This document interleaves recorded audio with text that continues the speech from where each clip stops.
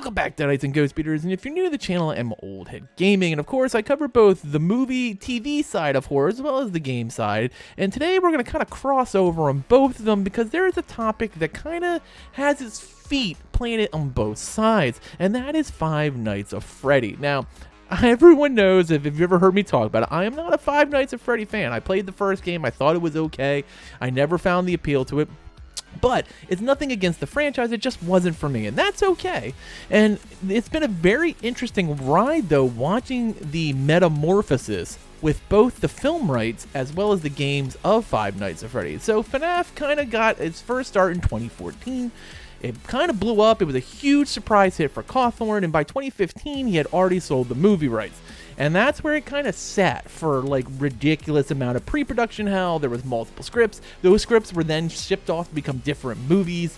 It never just came to fruition. It's always just kind of been sitting in this purgatory. Will the movie ever get made? Will it ever see the light of day? Will it get to the theaters? Will FNAF actually have its own film? And Five Nights at Freddy finally is in actual production. We had this tweet from Jason Blum on February 2nd, basically just showing, it's recording. They are doing actual filming of the movie. And based on the fact that they're not starting till February of 22, which makes me believe we'll probably see a very similar release date to what Megan had. She dropped on January 6th of this year. I could very well see the Five Nights at Freddy film dropping sometime in early January 2024. Now, this is a very interesting stage of the film because it actually has some pretty legitimate actors headlining the film. It seems like the script's pretty solid. Now, Jason Blum has put Emma Tammy in charge of directing the film, which the only thing I had seen from her was Into the Wind, which was a kind of underwhelming planes-based horror film, which really was kind of more of a psychological thriller in my opinion, but it was okay. It wasn't terrible, it wasn't great. She has done work for Blumhouse's Into the Dark series, and she's had her hands in other things for Jason Blum, and he basically chose her to be the hand-picked successor to Christopher Columbus, who left the film, which I always thought was a really odd pairing of Five Nights at Freddy and Christopher Columbus to start with, but who am I to judge?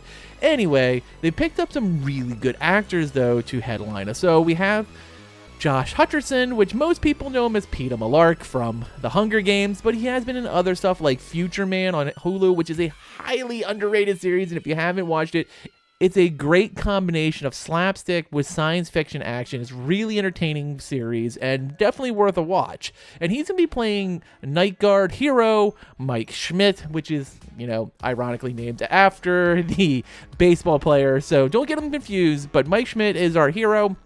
That's going to be played by Josh Hutcherson.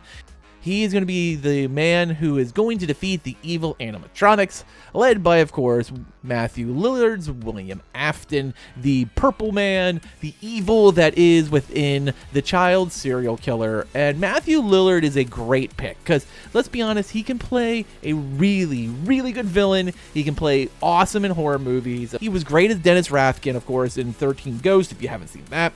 And no matter who you are, if you're a horror fan, you've obviously seen him as Stu in Scream 1, which is just such a good film. You see, Sid, everybody dies but us. Everybody dies but us. We're gonna carry on and plan the sequel, because let's face it, baby, these days, you gotta have a sequel. Ah! Ah! He's sick for fuck's sake. You've seen one too many movies. Now, Sid, don't you blame the movies. Movies don't create psychos. Movies make psychos more creative. Stop it, Billy, would you, all right? I can't take anymore. I'm feeling a little woozy here. And basically what we have is two people that can really headline the film. Mary Stuart Masterson is also part of this film in a mystery role, so we're not sure how she ties in, as the script is pretty under wraps, which it should be, which you kind of want that. You don't want stuff tipped off this early in production, but it's really interesting to see where they're at in the film. And it just makes me think about everything that always happens with Dead by Daylight, as the Five Nights at Freddy crew is always screaming at the top of their lungs of why you should join the game. And for a long time, I felt the complete opposite because I just felt like it didn't fit, or I just felt like there was better stuff out there. But if you look at the last year we've had from Dead by Daylight, I'm starting to second guess that opinion.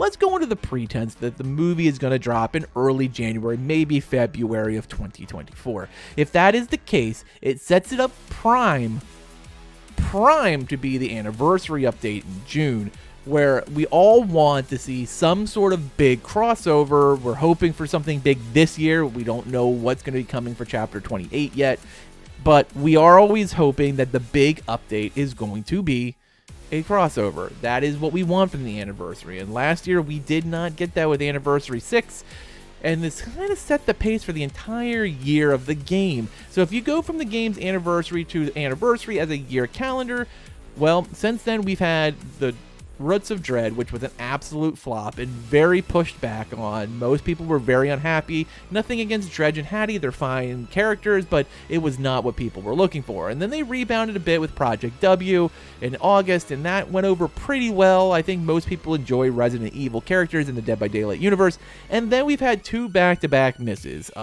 Forged in Fog was a train wreck, and I don't think it's going to be anything close to as bad as what we can expect from, of course, Tools of Torment, which we've covered pretty extensively on this channel. And they're already trying to make up for the oopses that is the PTB of Tools of Torment, with a character that is very underdeveloped as a killer and some survivors that are just okay.